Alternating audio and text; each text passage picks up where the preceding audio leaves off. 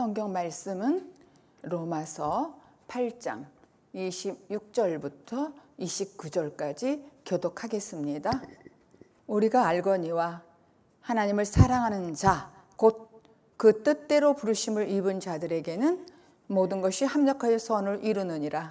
하나님이 미리 아신 자들로 또한 그 아들의 형상을 본받게 하기 위하여 미리 정하셨으니 이는 그로 많은 형제 중에서 맏아들이 되게 하려 하심이니라. 아멘. 아멘. 하나님께서는 하나님을 사랑하는 자, 즉 하나님의 목적을 위해서 부름을 받은 사람들에게는 은혜를 허락하신 수단으로 마태복음 6장에 너희는 먼저 그의 나라와 그의 의를 구하라. 그리하면은 모든 것을 너희에게 더하시리라. 그렇게 약속하셨습니다.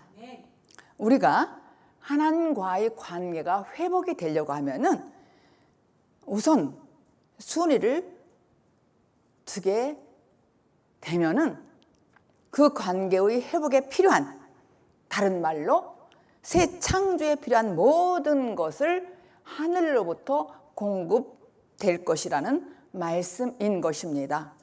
다시 말해서 새 창조에 관심을 가지고 그것을 추구하는 사람의 인생에는 상태에 또 결핍에 사라진다는 말이 아니라 인생의 목적이 새 창조의 완성, 즉 하나님 나라의 완성에 있는 하나님의 부르심을 입은 자는, 그런 사람들은 자신에게 주어진 어떤 상태나 그 환경에 이리저리 허둥대면서 끌려다니지 않을 수 있다는 것입니다.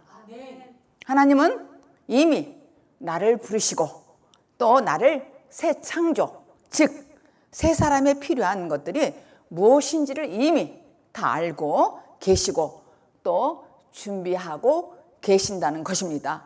그만큼 기도는 우리에게, 우리 신앙생활에 있어서 아주 중요한 것입니다. 기도를 통해서 확실하게 하나님의 은혜를 받을 수 있고 또 깨달을 수가 있습니다. 오늘 본문에 이와 같이 성령도 우리 연약함을 도우시나니 우리가 마땅히 빌 바를 알지 못하나 오직 성령이 말할 수 없는 탄식으로 우리를 위하여 친히 간구하시느니라. 그렇게 26절에 기록이 되어 있습니다. 우리는 마땅히 빌지 못하는 그러한 인생입니다.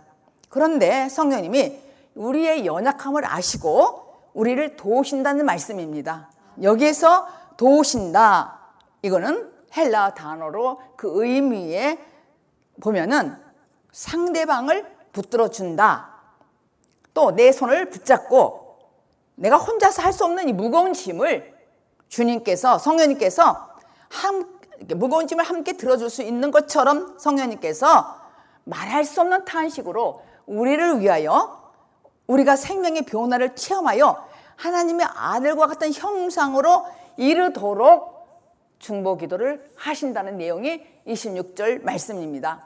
바울의 표현에 의하면은 고통 속에서 아주 말로 표현할 수 없는 간절함으로 내가 알지 못하고 신음하는 게 있잖아요. 우리가 나를 위해서 성령님이 나를 도와준다는 거예요. 그리고 내 손을 내밀어서 붙들어 주신다는, 그러니까 무거운 짐을 들어준다는 그런 의미가 되겠습니다. 성경에서는 일관성 있게 강조되는 것이 무엇이냐면은 성령은 우리 속에 오실 때 아주 절대로 필요한 거, 제일 먼저 일어나는 그 변화의 열매는 말씀을 깨닫는 것이기 때문에 또 기도를 하기 위하여 우리를 부르심을 입은 자를 사랑하는 자라고 불렀습니다. 그래서 성령님이 우리를 도와주신다는 거예요. 탄식하면서 26절에 어떻게요? 어떻게 우리를 도와주시나? 그거는 보혜사 성령님이십니다. 요한복음 14장 26절을 읽어보겠습니다. 보혜사 곧 아버지께서 내 이름으로 보내실 성령 그가 너희에게 모든 것을 가르치시고 내가 너희에게 말한 모든 것을 생각나게 하시리라. 아멘. 예수님께서 십자가에서 돌아가신 후에 우리에게 또 다른 보혜사 성령을 제자들에게 보내주겠다고 하셨어요. 그런데 그분을 뭐라고 묘사하냐면은 파라클레토스, 이 보혜사로 쓰여 있습니다. 이 보혜사 성령이 우리에게 오셔서 하는 일이 무엇일까요?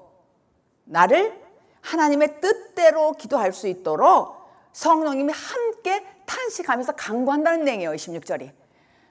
우리가 어렵고 힘든 일을 당할 때마다 앞에 꽉 막혀가지고 도대체 어떤 기도를 해야 될지 모를 때에 보혜사 성령님이 나를 위해서 탄식하면서 기도한다는 거예요. 그런데 그 보혜사 성령님은 파라클레토스인데 내 안에 오신 분, 그래서 영이 나를 도와주시고 함께 붙들어 주신다는 얘기예요.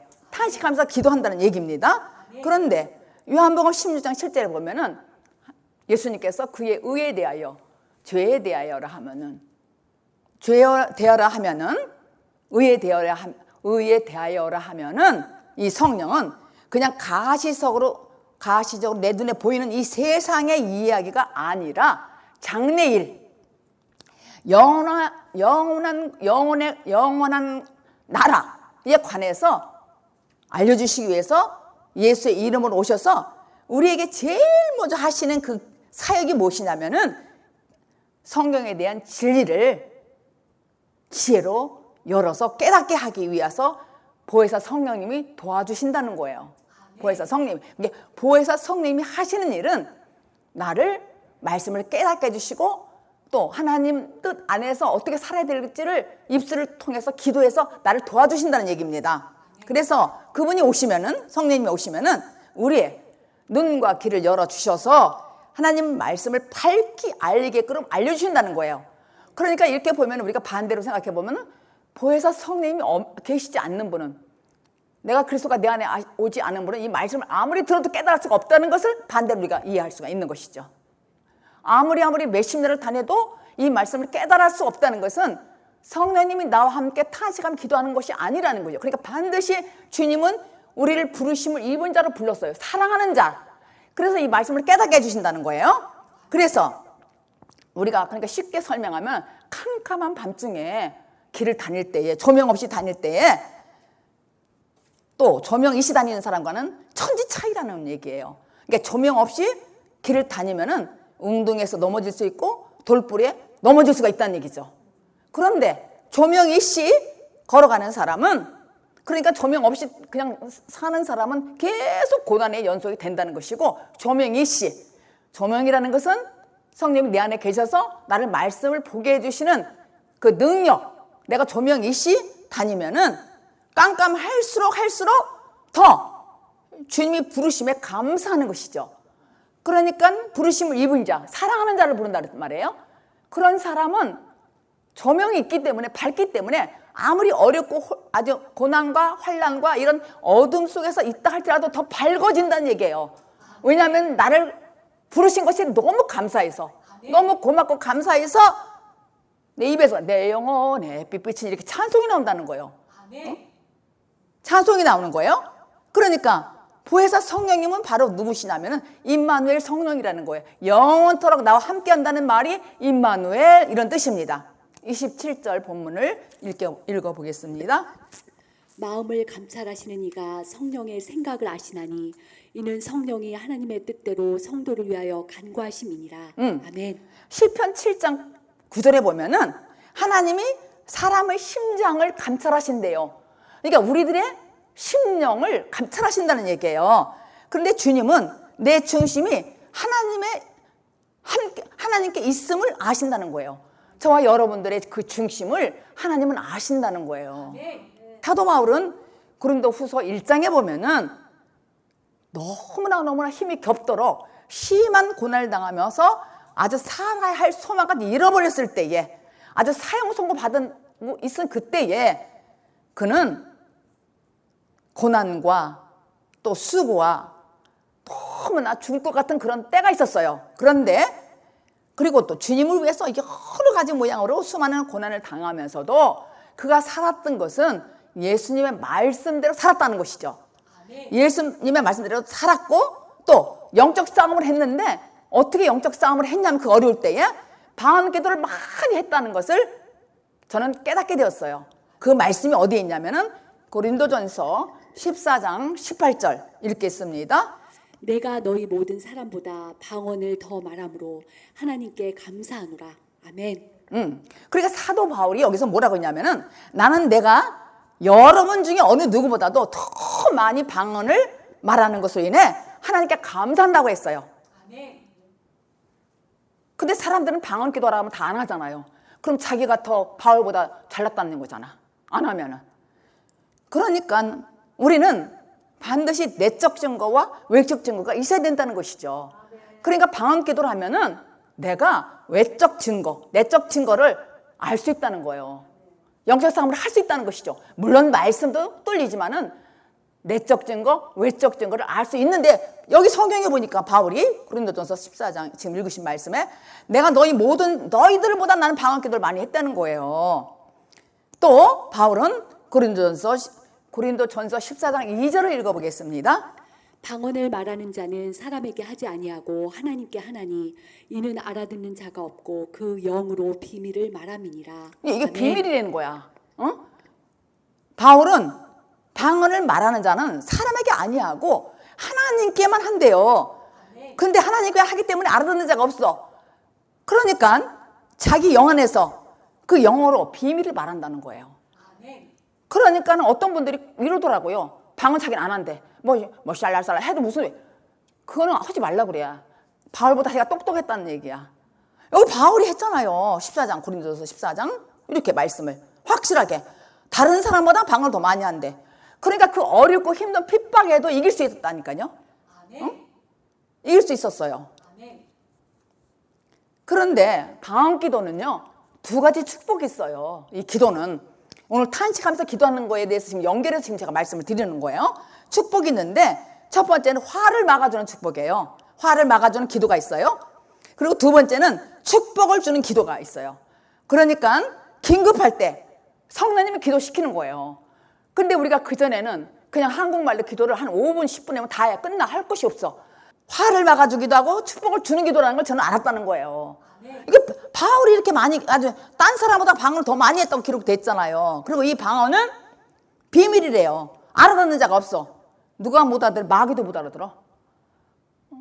이렇게 축구 선수들이 선수 이렇게 막 운동할 때 너도 어디로 들어갔는지 모르는 것처럼 이 마귀가 모른다는 거예요. 우리가 막 기도하는 거를. 그러니까 외적 기도, 내적 기도. 그렇게 방언 기도를 하라 해도 이건 무식하다 이래도 안 하더라고요. 이걸 하셔야 돼요. 바울도 했다니까요, 이렇게요. 그래서 고린도전서 3장 16절에 보면은요, 너희가 하나님의 성전인 것과 성령이 너희 안에 계신 것을 너희는 알지 못하느냐? 그랬어요. 알지 못하냐? 그러니까 이 성령 세례라는 것은요, 성령 안으로 내가 쑥 들어가는 걸 말하는 거예요. 아주 쉽게 설명한다면은. 우리가 성령을 받으면 성령 세례를 받는다는 것은 말씀도 뚫리고 내가 기도도 영적 기도로 이긴다는 얘기죠.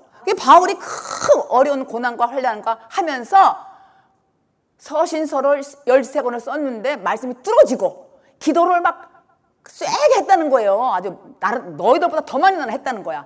그리고 해보니까 이건 비밀이더라는 거야. 하나님만 알아듣는다는 거예요. 이거 바울이 써둔 거잖아요. 고린도전서는 바울이 그렇게. 그리고 성령 세례 받으면은 쉽게 설명하면은 그리스도가 내 안에 온다고 우리는 생각도 맞고요. 내가 성령 안으로 쑥 들어가는 거예요. 아주 쉽게 설명. 쑥 들어간다는 얘기예요. 그러면서 내가 예수님의 몸된 교회가 되는 거예요. 몸된 교회가. 내가 작은 각자 몸된 교회라는 거예요. 여러분이 교회예요. 저도 교회고. 왜? 내 안에 성령님이 계시단 말이에요. 성전인 것과 내가 성전인 것과 성령님이 내 안에 계신 걸 알지 못하느냐? 그러면서 성령이 나한테 쑥 들어왔어. 그래 내가 교회야. 내가 교회니까 내가 방언기도 막 바울처럼 해야 되고 말씀도 뚫어줘야 되고 이래야 되잖아요. 그런데 아무리 강대상에서 얘기해도요, 고집 신 사람들은요, 어디서 어떤 말을 들었는지 몰라도 방언은 또 다 끝난 거래. 방언을 배웠대. 그럼 이 말씀 66권 틀린 거야? 바울이 이렇게 했잖아요. 바울이 누구보다 난 많이 했다 이러는 거예요. 여러분은 나가서 그렇게 하잖아요. 하나님을 부르심을 입은 자잖아요. 여러분들은 그렇게 하잖아요. 28절 읽겠습니다. 시작. 본문 28절. 우리가 알거니와 하나님을 사랑하는 자 곧 그 뜻대로 부르심을 입은 자들에게는 모든 것이 합력하여 선을 이루느니라. 아멘. 그러니까 하나님을 사랑하는 자들에게는 모든 것이 합력해서 선을 이룬다 그랬어요. 그러니까 사랑하는 자, 부르심을 받은 자. 이 하나님을 사랑하는 자는 부르심을 입은 자예요. 부르심을 입은 자. 그 사람은 모든 것이 합력해서 선을 이룬다는 거예요. 이게 말씀이 이렇게 꿀송이 같을 수가 있을까요? 아무리 생각해봐도 너무너무 꿀송이야. 응, 아멘. 그러니까 선을 이룬다는 말은 그리스도인의 인생이 있어서 하나님이 선하신 목적과 뜻이 이루어진다는 말이에요. 목적과 뜻이. 그러니까 우리가 무엇을 하든지 다 합력하여 선을 이룬다 이렇게 함부로 말할 것이 아니야. 이거 선이라는 것은 그리스도인의 우리의 인생에 하나님의 선하신 목적과 뜻이 이루어진다는 거예요. 나에게, 여러분에게, 부르심을 입은 자에게 일어난다는 거예요. 그래서 그렇게 선이라는 것은 하나님이 계획하시고 인도하시는 모든 것이에요. 모든 것. 우리는 신앙생활의 목적을 확실하게 정확하게 이해하고 알고 있어야 됩니다. 그러니까 사도 바울이 지금 로마서 사도 바울이 쓴 거잖아요. 계속 이렇게 말씀해서 오늘 탄식하며 기도한다는 말, 합력하여 선을 이룬다는 말은 누구에게 해당되냐면 부르심을 입은 자에게. 이 부르심을 입은 자에게는 영적 싸움할 수 있는 무기를 줘요. 은사. 그 무기가 방언이에요. 능력이. 그렇게 중요하더라고요. 바울이 그러니까 나는 누구보다 더 많이 했다는 거잖아요. 이 성경이 있잖아요. 근데 성경은 무얼로 보고서 맨날 안 하고 못 한다고 그러는지 모르겠어요. 그러니까 하나님은 어떠한 것도 악이 될 수 없다는 것이죠.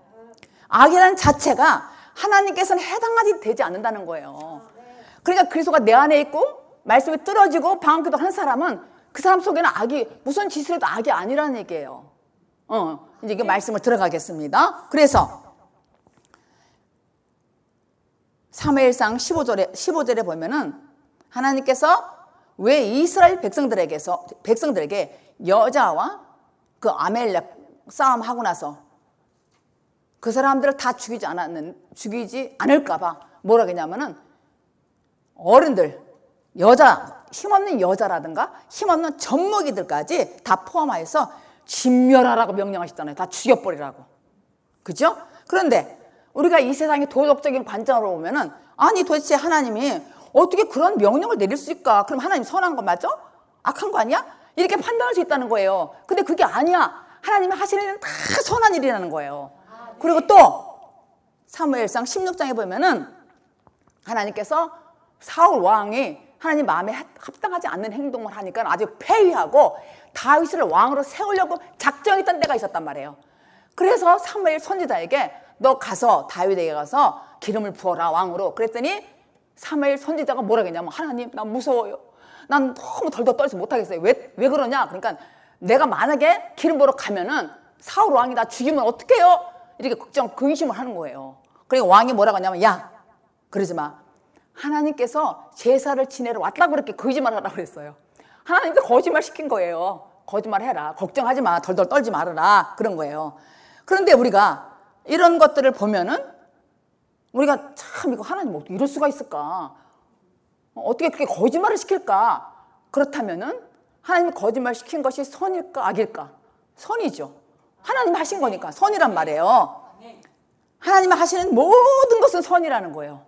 성경에 모든 것은 그렇게 선이라는 것은 하나님의 계획과 목조가 다 의도가 되었다는 것이죠. 하나님이 하는 일은. 그래서 하나님이 하는 모든 것은 선이에요. 그러니까 쉽게 말해서 노아 홍수 때도 어린애까지 다 몰살시켰잖아요. 노아 홍수 때도 그것도 하나님 선이잖아요. 또 바로 왕이 이스라엘 백성을 애굽에서 학대했잖아요. 그거 하나님이 시킨 거예요. 그래서 한 거라고, 선을 이룬 거라고요. 그러니까 우리들이 이 부르심을 입은 우리가 모든 되어지는 일이 고난이 있고 슬픔이 있고 고독하고 여러 가지 어려운 일이 있다 할지라도 하나님이 나를 선한 걸 인도하시는 거란 말이에요. 그 선이에요, 그게. 무조건 이래도 선, 저래도 선, 이게 아니라, 이 선이라는 것은 하나님만이 선이야. 선, 하나님만이. 그러니까 하나님께서 창세전에 예비하신 각 사람을 향한 기업이 얼마나 풍성한지. 저와 여러분들은 후사잖아. 공동 상속자 예수님과. 엄청나다니까, 우리가요. 아멘. 그러니까 그분의 목적에 따라서 우리는 부르심을 입은 자예요. 그런데 우리에게 엄청난 축복을 주셨다니까요. 엄청난. 왜? 상속자니까. 그리스도와 나와 함께 상속자라 그랬어요. 함께. 그래서 모든 것이 그럴 때에 쓰는 거야. 합력하여 선을 이룬다는 것은. 그럴 때에. 그러니까 구체적으로 하나님의 선한 뜻이 무엇일까? 이거는 십자가를 통해서 예수님께서 다 이미 이루었다. 이게 선이야. 왜 선이냐면은 하나님이 아버지가 하라는 대로 예수님이 했단 말이에요. 그게 선이란 말이에요. 구체적으로. 굉장히 중요한 말씀을 하신 것이잖아요. 그러니까 요한복음 19장 30절부터 이렇게 쭉 보면은 다 이뤘다 하시고 돌아가셨잖아요. 목마르다 하니까는 목마름 해결하고 돌아가셨단 말이에요. 목마름을 다 해결하고 다 이루셨다. 이루심. 이 텔레오라는 단어가 요한복음 4장 34절에 기록이 되어 있습니다. 읽겠습니다. 요한복음 4장 34절. 예수께서 이르시되 나의 양식은 나를 보내신 이의 뜻을 행하며 그의 일을 온전히 이루는 이것이니라. 아멘. 그러니까 여기서 다 이루리라, 온전히 그의 일을 온전히 이루리라 이렇게 기록이 됐잖아요. 여기서 이루다가 텔레오입니다. 그러니까 예수님의 양식은 하나님의 뜻을 온전히 이루기 위한 거란 말이에요. 양식이 말씀이잖아요. 그러니까 말씀대로 살았잖아. 예수님이 목마르다 그리고 다 이뤘다 그랬잖아요. 말씀대로. 그게 뭐예요? 십자가 죽음을 얘기하는 거예요. 선은 십자가 죽음이라는 거예요. 우리가 선을 이루려면 우리는 어떻게 해야 되냐면은 우리의 양식은 그분의 뜻을 행하는 거야. 우리의 양식도. 예수님 하는 대로 우리는 함께 죽고 함께 부활하는 것이 양식을 먹는 거란 말이에요. 그게 우리가 하는 일은 선이야. 그게 선이란 말이에요. 그런데 하나님을 떠난 모든 인간들은 공허하고 허무하고 텅 빈 것 같아요. 그리고 늘 목마름에 시달려요. 그래서 예수님께서 수가성 여인에게 와서 뭐라 그랬어요? 내가 주는 영원히 목마르지 아니하다 그랬잖아요. 그게 말씀이잖아요. 영원히 목마르지 아니한다. 그러니까 이 목마름은 죄로 말미암아 사망 증상이야. 사망 증상. 그래서 그들은 이 세상의 여러 가지 방법으로 우리 모두는 과거에 이 목마름을 채우기 위해서 늘 애쓰고 고통 아주 노력했잖아요. 사마리아 여인도 마찬가지라니까요. 그러니까 예수님께서 그 우물가에 와서 야 내가 주는 영원히 목마르지 않아. 그러니까는 아이고 정말 그럽니까? 그게 뭡니까? 그러니까 너 남편 타서 데려가. 남편 데려가. 그러니까 나 남편 없어요. 그러니까 네 말이 맞다. 네 남편이 타서 너 살았고 지금 사는 남편 네 남편이 아니야. 이 남편은 뭐냐면 세상 힘으로 살았던 거예요. 우리가 열심히 세상적으로 노력하고 돈 벌려고 했던 이 등이 다 남편이야. 영적으로 내 힘으로 하려고는 이런 모든 것은 악이란 말이에요. 근데 내 힘으로 안 하고 내가 하나님과 예수님과 함께 십자가 못 받고 부활하고 이러는 것은 내가 선을 이루는 거라는 것이죠. 그래서 요한복음 4장 30절에 예수님께서 이르시되 나의 양식은 나를 보내신 이 뜻을 행하며 그 일을 온전히 이루리라. 하나님께서 보내신 거는 뭐냐면 십자가에 못 박고 모든 인간을 구원해라 이거잖아요. 그래서 사람은 그리스도를 만나게 된다는 것은 죽고 다시 부활하여서 내 안에 그리스도가 임한 사람. 그런 사람은 자신이 여태까지 살아왔던 모든 세상 것을 이젠 다른 방향으로 새로운 방향으로 본다는 얘기예요. 부르심을 입은 자들은 사랑하는 자, 부르심을 입은 자들은 다른 관점에서 본다는 거예요. 그러니까 이 세상에 아주 그냥 아주 허둥대지 않아. 이상한 거 다가 아니야. 어? 과거에는 그렇게 했어. 저도 과거에는 뭔가를 좀 잡아보려고, 유명하게 돼보려고. 근데 그리스도가 내 안에 오니까 아무것도 아니야. 그게 거기에 괜히 허둥대고 그냥 바쁘게 살아왔더라니까요. 바쁘게. 그래서 하나님께서는 우리를 29절 읽겠습니다. 시작. 하나님이 미리 아신 자들로 또한 그 아들의 형상을 본받게 하기 위하여 미리 정하셨으니 이는 그로 많은 형제 중에서 맏아들이 되게 하려 하심이니라. 아멘. 그러니까 하나님께서 창세때 나를 이미 아셨고 또 정하셨고 나를 하나님의 아들 그리스도로 아들을 만들려 그런 형상을 동일하게 본받게 하려고 나를 불렀다는 얘기예요. 그러니까 우리가 그분이 원형이야. 예수 그리스도가 원형이잖아 우리를. 그리고 우리는 뭐냐면은 그 형상을 이루도록 변화되기 위해서 나온 최종 결과가 거듭남 부르심을 입은 자란 얘기예요. 거듭난. 그래서 이것은 나의 본질과 본성이 바뀌는 것이고 또 외적 모습이 바뀌는 것도 포함된다는 거예요. 그러니까 이게 내 속과 내적과 외적 이런 모든 것들이 모습이 바뀌는 것은 어떻게 해야 되냐면은 선을 이루어야 된다는 거예요. 그러니까 선을 이루는 것은 예수님의 말씀을 먹고 그대로 살고서 내가 이루어야 된다는 것이죠. 이루어야 된다는 것이에요. 그러니까 이 식구들 이 말씀이 얼마나 놀라운 선택과 사랑에 대한 말씀이 있는지 이 똑같은 말씀도 에베소서도 바울이 썼잖아요. 에베소서 1장 4절 5절을 읽어보겠습니다. 똑같아요. 에베소서도 시작. 곧 창세전에 그리스도 안에서 우리를 택하사 우리로 사랑 안에서 그 앞에 거룩하고 흠이 없게 하시려고 그 기쁘신 뜻대로 우리를 예정하사 예수 그리스도로 말미암아 자기의 아들들이 되게 하셨으니 아멘. 그러니까 하나님께서 창세전에 우리를 택했다는 거예요. 택한 자들이 있었는데 하나님께서는 그들을 어떻게 거룩하고 흠이 없게 만드셔서 하나님 나라에서 영원히 함께 살고 싶으셨다는 얘기예요. 영원히. 이게 29절 말씀이 똑같아요. 그렇게. 그러니까 창세 전이라는 것은 우리가 과거에는 생각할 때 저 옛날 옛적에 이렇게 생각하는데 내가 그리스도가 내 안에 오기 전에가 나한테는 창세 전이란 말이에요. 창세 전. 나란 존재가 예수라는 사람을 만나서 내 눈이 확 변해야 되잖아요. 그러니까 내 새로운 눈으로 내가 바꿔지면은 내가 보는 세상이 바뀌어지는 것이죠.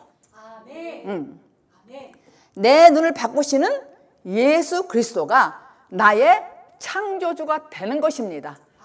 지금 제가 영적으로 말씀드리는 거예요. 예수님께서 마태복음 마지막 5장 29절을 읽어보겠습니다. 만일 내 오른 눈이 너로 실족해 하거든 빼어 내 버리라. 내 백제 중 하나가 없어지고 온몸이 지옥에 던지우지 않는 것이 유익하며 아멘. 예수님이 이렇게 말씀하시는 오른 눈을 뽑으라고 지금 권고했어요. 오른 눈을. 근데 그 오른 눈을 빼버리라. 그 탐욕의 눈 때문에 아담과 하와가 정령 죽으리라 하는 보암직해서 따먹었잖아요. 그래서 정령 죽으리라 해요. 그냥 그 눈을 빼버리라는 거예요. 그러니까 하나님의 명령을 주시면 반드시 약속도 주신다는 거예요. 명령을 주시면은. 근데 빼어버리니까 유익하다네. 이 벌써 마지막에 29절 던지우니 유익하다. 오른 눈은 뭘 상징해요? 오른쪽은 성경이 전부 좋은 쪽이고 왼쪽은 나쁜 쪽이잖아요. 근데 왜 오른 눈을 빼버려야 했어요? 오른 눈은 신뢰와 권능을 주는 표현인데 몸의 지체 중에서 가장 가치 있는 것이 눈이란 말이에요. 그래서 제가 생명이 눈 떠라 그동안 그랬잖아요. 근데 눈을 감고 있잖아요. 그러니까 주님께서 오른 눈을 빼라는 거야. 오른 눈을 빼라는 거예요. 빼라버리라고 그렇게 했어요. 예수님께서. 그러니까 이 말씀은 너 스스로는 뺄 수가 없어. 너 스스로는 뺄 수가 없다 이 말이에요. 그러니까 예수 그리스도가 너희 실족하게 하는 눈을 빼버리라고 하는 것이니까 말씀에 순종하라는 것이죠. 우리가 옛날에는 조명 없이 살았어. 내 마음대로 내가 잘났다고. 나 예수 잘 믿는 사람인 줄 알았다니까요. 근데 이 눈이 뜨지 못했다고요. 그래서 이 눈을 빼버려야 돼. 그럼 하나님이 새 눈을 준다는 거예요. 이게 바로 그런 말씀이에요. 그러니까 말씀에 순종해야지 근데 말씀을 내가 못 알아듣어. 아무리 해도. 근데 주님께서 은사를 주셨어. 창세 전에 우리를 택하사 하나님 앞으로 보내서 나를 바꿔놓는다는 거예요. 그러니까 내가 거듭나지 않으면 나는 맨날 창세전이야. 영적으로. 내가 아직 거듭나지 않고 눈이 못 떴다면 나는 맨날 창세전에 살아. 응? 그런데 내가 눈을 뜨면 나는 이제 창세 이후에 복된 삶, 엄청난 삶을 내가 살 수가 있다는 것이죠. 그게 새 창조 새 하늘 새 땅이 나한테 임한다는 거예요. 바로 지금 이 순간 우리가 몇천 년 전 이래 오래된 이 기록된 이 말씀 우리가 배우잖아요. 이게 신비가 뭐예요? 지금 주는 말씀이잖아. 우리에게는 이게 옛날 몇천 년에 기록된 이 진리 말씀이 우리 안에 임하는 영광이란 얘기예요. 이 영광. 아멘. 할렐루야. 아멘. 그 예수님의 생명의 존재로 창조되어서 택한 받은 우리요. 저는 어떻게 돼요? 순종과 감사함으로 화답해야 돼요. 이런 삶을 사는 여러분들이 되기를 예수 그리스도 이름으로 축복합니다. 하나님 감사합니다. 부르심을 입은 자로 합당하게 살도록 인도하여 주시니 고맙고 감사합니다. 하나님 아버지 그렇게 살 수 있도록 내 안에 성령님이 계시니 너무 고맙습니다. 또한 방언으로 기도할 수 있는 은사도 주시고 말씀 여러 본질을 깨닫게 주시고 지혜 주시고